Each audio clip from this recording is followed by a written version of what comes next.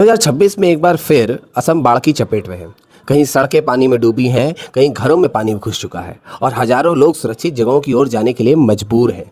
लेकिन हर साल असम में बाढ़ आती है तो एक सवाल जरूर उठता है, आखिर असम में इतनी बाढ़ आती क्यों है? क्या वजह सिर्फ इतना है कि वहाँ बारिश बहुत होती है? नहीं, असम की बाढ़ को समझने के लिए हमें सिर्फ बारिश नहीं बल्कि पूरे ब्रह्मपुत्र रिवर सिस्टम और असम की भौगोलिक स्थिति को समझना होगा। तो आइए आज की वीडियो में बिल्कुल सरल भाषा में समझते हैं कि आखिर असम में बार बार बाढ़ की चपेट में सारे एरियाज क्यों आते हैं। पहली और सबसे बड़ी वजह है ब्रह्मपुत्र का विशाल रिवर सिस्टम। असम की बाढ़ की कहानी का केंद्र है ब्रह्मपुत्र, लेकिन ब्रह्मपुत्र को सिर्फ एक नदी समझना सही नहीं होगा। इसका रिवर बेसिन बहुत विशाल है और हिमालय तथा पूर्वोत्तर के बड़े बड़े हिस्से से आने वाला पानी अलग अलग नदियों के जरिए इसमें पहुंचता है। मानसून में जब इन पूरे कैचमेंट एरिया में भारी बारिश होती है तो पानी तेजी से नीचे की ओर आता है। सुबनसिरी, मानस, धानसिरी, कोपिली जैसी बड़ी बड़ी ट्रिब्यूटरीज भी ब्रह्मपुत्र में भारी मात्रा में पानी पहुंचाती हैं। अब अगर कई सहायक नदियों के एक साथ जलस्तर में बढ़ोतरी हो रही हो तो उसी समय ब्रह्मपुत्र भी उफान पर हो तो रिवर सिस्टम पर दबाव बहुत ज़्यादा बढ़ जाता है। और दूसरी वजह है ब्रह्मपुत्र अपने साथ सिर्फ पानी नहीं, भारी सेडिमेंट्स भी लाती है। यहाँ कहानी और महत्वपूर्ण हो जाती है। ब्रह्मपुत्र हिमालय से निकलकर अपने साथ बड़ी बड़ी मात्रा में सेडिमेंट यानी गाद और अवसाद लेकर आती है। हिमालय की युवा और सक्रिय पर्वत व्यवस्था में इरोजन की प्रक्रिया भी तेज है। नदियाँ इस सेंटिमेंट्स को अपने साथ नीचे नीचे लाती हैं और इसका एक हिस्सा नदी के अलग अलग हिस्सों में जमा होता रहता है। इस सेडिमेंट डिपोजिशन और इरोजन की वजह से नदी का चैनल और उसका फ्लो पाथ समय के साथ साथ बदलता रहता है।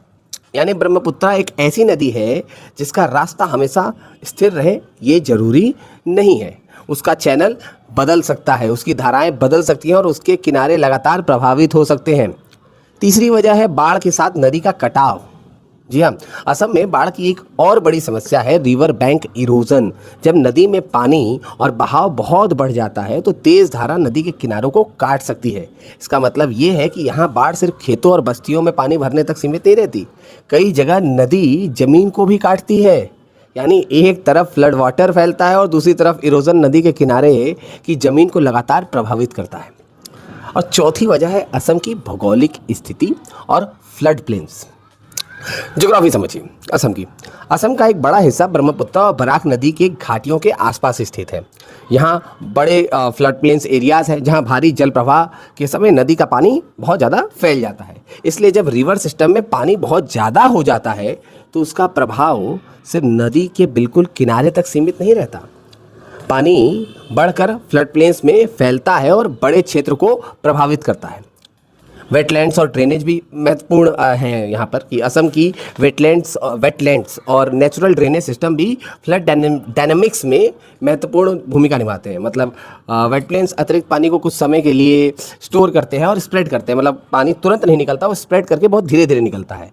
और वही ड्रेनेज की क्षमता कम होने पर पानी लंबे समय तक जमा भी हो जाता है। इसलिए असम की बाढ़ को सिर्फ नदी के बढ़ते जलस्तर से नहीं समझा जा सकता। पूरा हाइड्रोलॉजिकल सिस्टम, नदी, फ्लड प्लेन्स, वेटलैंड्स और ड्रेनेज एक दूसरे से जुड़े हुए हैं। अब इन सारी बातों को एक साथ रखिए। मानसून में पूरे ब्रह्मपुत्र बेसिन और उसके कैचमेंट एरियाज में भारी बारिश होती है। ठीक है, पहला पॉइंट। कई ट्रिब्यूटरीज उस पानी को ब्रह्मपुत्र तक पहुंचाती हैं। ब्रह्मपुत्र अपने साथ भारी सेडिमेंट्स लाती है जिससे नदी का चैनल और प्रवाह समय के साथ बदलता रहता है। प्रवाह बोला है मैंने। तेज बहाव रिवर बैंक इरोजन बढ़ाता है और जब नदी तंत्र यानी रिवर सिस्टम में पानी बहुत ज़्यादा हो जाता है तो वह अपने फ्लड प्लेन्स में फैल जाता है। इसके बाद वेटलैंड्स और ड्रेनेज की स्थिति यह तय करने में भूमिका निभाती है कि पानी कितनी तेजी से फैलता और निकलता है। यानी असम की बाढ़ किसी एक वजह की कहानी नहीं है, यह एक पूरे रिवर सिस्टम की कहानी है।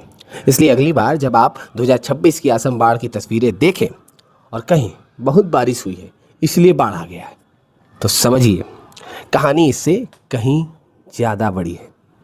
Thank you.